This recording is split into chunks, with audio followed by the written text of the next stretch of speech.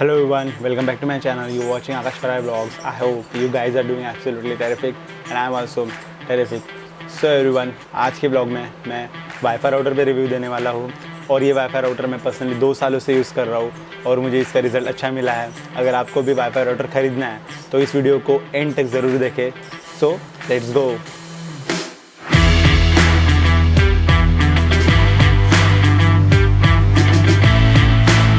So everyone, सबसे पहले wifi router का बेसिक वर्क क्या होता है उसके बारे में जानते हैं। सो फर्स्ट, जो भी आपके घर पे इंटरनेट कनेक्शन आता है उसके मॉडेम से ये डायरेक्टली कनेक्ट हो। Second, this allows us to receive the information from the internet and transmit the information to the internet. And third और इम्पॉर्टेंट, ऐसा वाईफाई राउटर जिसकी कनेक्टिविटी स्ट्रॉन्ग हो और जो भी आपके पास डिवाइसेस हो उनको यूज़ करके आप इंटरनेट ईजिली एक्सेस कर सको। ये 3 चीज़ें तो फॉलो करनी है ना, ये तो इजी है। इन सारी चीज़ों के बारे में तो आपको ऑलरेडी पता है, बट कभी आपने वाईफाई राउटर के लाइफ स्पैन के बारे में सोचा है? नहीं ना, I am going to tell you about that. अगर हम वाईफाई राउटर के लाइफ स्पैन के बारे में बात करें तो ये 3 to 4 ईयर है, ऐसा गूगल ने बताया है। अगर कोई वाईफाई राउटर 4 साल के ऊपर चलता है, इसका मीनिंग ये है कि उस वाईफाई राउटर का यूज़ डेलिकेट है और वो वाईफाई राउटर भी अच्छा है। सो एवरीवन, मैं आपको सबसे पहले दिखाना चाहूँगा वाईफाई राउटर जो मैंने सबसे पहले ख़रीदा था। तो ये है वो वाईफाई राउटर TP-Link। मैंने ये वाईफाई राउटर 2016 में 700 to 800 के रेंज में ख़रीदा था और ये 2018 तक चला। इसका मीनिंग ये होता है कि ये 2 साल तक चला, उसके बाद इसने जान छोड़ दी। सो एवरीवन, प्लीज़ आप ये गलती ना करें जो मैंने की थी। अगर आपको वाईफाई राउटर सच में ख़रीदना है तो ट्राई करें कि आप 1000 के ऊपर के ही वाईफाई राउटर ख़रीदें, क्योंकि ये मेरा तो एक्सपीरियंस है ही, बट मैंने अपने फ्रेंड सर्कल में भी नोटिस किया कि ऐसे टाइप के जो वाईफाई राउटर्स होते हैं इनका लाइफ स्पैन बहुत कम होता है, लाइक 1.5 ईयर या फिर 2 year. So try to buy the wifi routers more than 1000 rupees.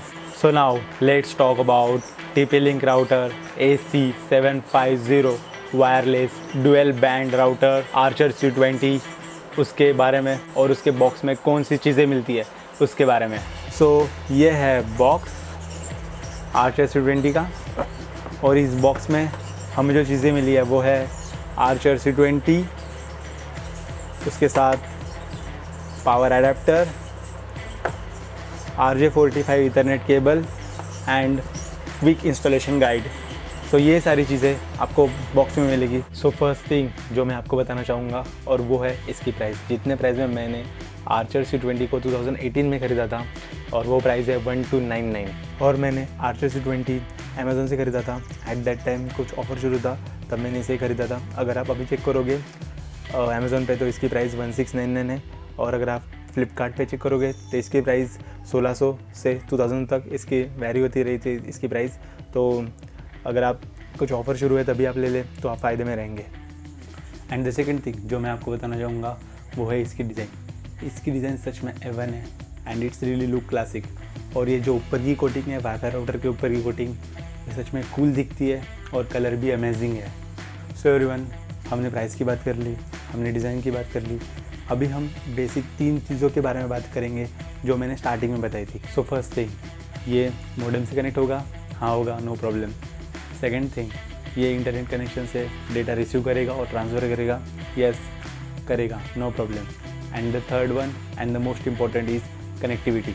Archer C20 में कनेक्टिविटी को फोकस करते हुए या फिर आप ऐसा भी कह सकते हो कि कनेक्टिविटी को ध्यान में रखते हुए इस वाईफाई राउटर को डुअल बैंड राउटर बनाया है। सो एवरीवन, आपको अभी यहाँ पे एक क्वेश्चन आया होगा कि डुअल बैंड राउटर मीन्स क्या होता है। तो उसके लिए हम सबसे पहले जानेंगे कि बैंड क्या होता है। तो बैंड होता है फ्रीक्वेंसी, और फ्रीक्वेंसी किस चीज़ की?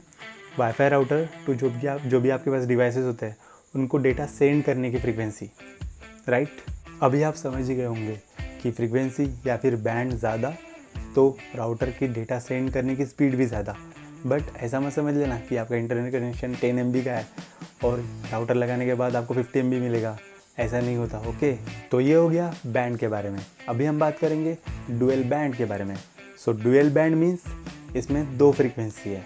First one is 2.4 GHz frequency जो आपको ऐसे नॉर्मल वाईफाई राउटर्स में मिलेगी, और second one is 5 GHz frequency जो आर्चर C20 में एडिशनल मिली है। बट 2.4 GHz फ्रीक्वेंसी में और 5 GHz फ्रीक्वेंसी में डिफरेंस क्या है? आफ्टर रिसर्च मुझे पता चला कि जो मोस्ट इम्पॉर्टेंट डिफरेंस है वो है 2.4 गीगाहर्ट्ज़ फ्रीक्वेंसी का डाउन साइड, और वो डाउन साइड है 2.4 gigahertz wifi network experience inference from many common household devices like microwave ओवन्स, cordless phones, wireless speakers. Means in सारी चीज़ों का असर 2.4 गीगाहर्ट्ज़ के वाईफाई नेटवर्क पे करेगा, और उसकी वजह से इसकी स्पीड भी कम होगी और इसका ओवरऑल परफॉर्मेंस भी कम होगा। बस यही एक डाउन साइड है। बाकी 2.4 गीगाहर्ट्ज़ राउटर्स की स्पीड भी अच्छी होती है और इसके सिग्नल भी स्ट्रॉन्ग होता है। बट यही down side 5 gigahertz wifi network की अपसाइड है, क्योंकि 5 गीगाहर्ट्ज़ फ्रीक्वेंसी पे इन हाउस होल्ड चीज़ों का असर नहीं होता, इसकी स्पीड भी अच्छी है और इसका ओवरऑल परफॉर्मेंस भी अच्छा है। बट 5 गीगाहर्ट्ज़ फ्रीक्वेंसी में एक डाउन साइड है, और वो डाउन साइड ये है कि जितना 2.4 गीगाहर्ट्ज़ फ्रीक्वेंसी एरिया कवर करती है उतना 5 गीगाहर्ट्ज़ फ्रीक्वेंसी एरिया कवर नहीं कर सकती, क्योंकि 5 गीगाहर्ट्ज़ फ्रीक्वेंसी में दीवार को पार करने की क्षमता 2.4 गीगाहर्ट्ज़ फ्रीक्वेंसी से कम होती है।